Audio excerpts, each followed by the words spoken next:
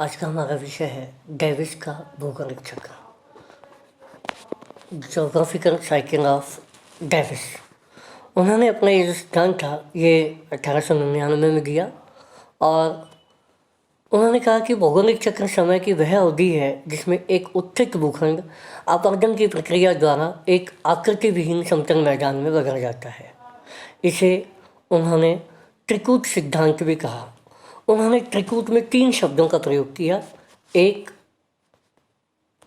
संरचना, दूसरा प्रक्रम और तीसरा अवस्था।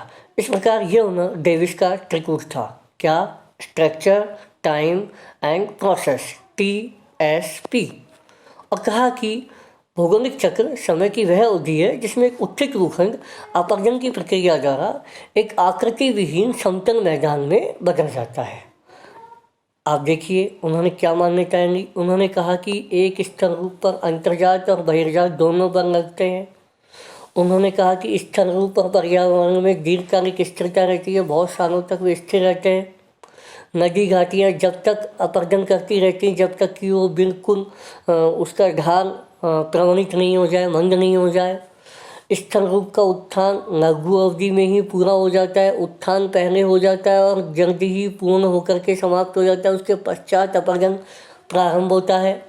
ये कुछ इसकी मान्यताएं थी। यानी कि डेविस ये मानता है कि पहले उत्थान होता है लघु अवधि का और उत्थान के समाप्त होने के पश्चात फिर अपरदन प्रारंभ होता है। तो डेविस ने अपनी 3 अवस्थाएं बताई, तरुणावस्था, प्रौढ़ावस्था और जीर्णावस्था।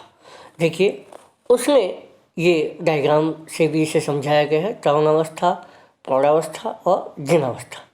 इसने कहा कि जो तरुणावस्था है उसमें शीर्षवर्ती अपरदन होता है, उसके बाद फिर लंबवत अपरदन होता है और लंबवत अपरदन होने से घाटियाँ और गहरी होती चली जाती हैं, सापेक्ष ऊंचाइयों में वृद्धि होती है, वी आकार की घाटियाँ बनती है, सरिता अपहरण होता है। ये सब होता है तरुणावस्था में।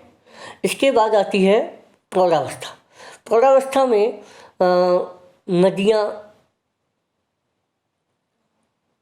यू आकार की घाटियाँ बनाने लगती हैं, क्षैतिज अपरदन होने लगता है और क्षैतिज अपरदन होने से शीर्ष नीचे होने लगते हैं, सापेक्ष ऊंचाइयाँ घटने लगती हैं और फिर इसके पश्चात आता है तृतीय अवस्था जिसे हम जीर्णावस्था कहते हैं। इसमें शीर्षवर्ती अपरदन अत्यधिक हो जाने के बाद शीर्ष बिल्कुल नीचे पड़ जाते हैं और पूरे मैदान में छोटे छोटे से टीले बचे हुए रह जाते हैं जिन्हें मोनेड रॉक्स कहते हैं। और इन मोनेड रॉक्स मिश्रित जो ये मैदान बचा रह जाता है उसे डेविस पेनीप्लेन कहता है। और इस प्रकार ये उसका एक पूरा साइकिल था जिसमें उत्थान लघु अवधि का रहा और यही उसकी आलोचना का एक कारण भी रहा, क्योंकि उसकी आलोचना की गई कि उत्थान लघु अवधि का उत्थान होना असंभव है, उत्थान भी दीर्घ अवधि का ही होता है।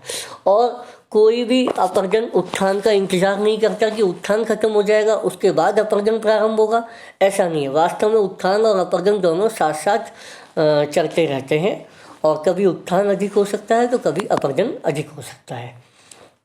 और तीसरी इसकी एक मान्यता थी कि दीर्घकालिक स्थिरता की दशा रहेगी पर्यावरण में और वो दीर्घकालिक स्थिरता की दशा भी देखिए आप मान्यताओं में पूर्व में यहाँ रखा गया है कि जो स्थल रूप और पर्यावरण में दीर्घकालिक स्थिरता की दशा रहेगी और ये दीर्घकालिक स्थिरता की दशा वास्तव में संभव नहीं है। आज इतना ही, धन्यवाद।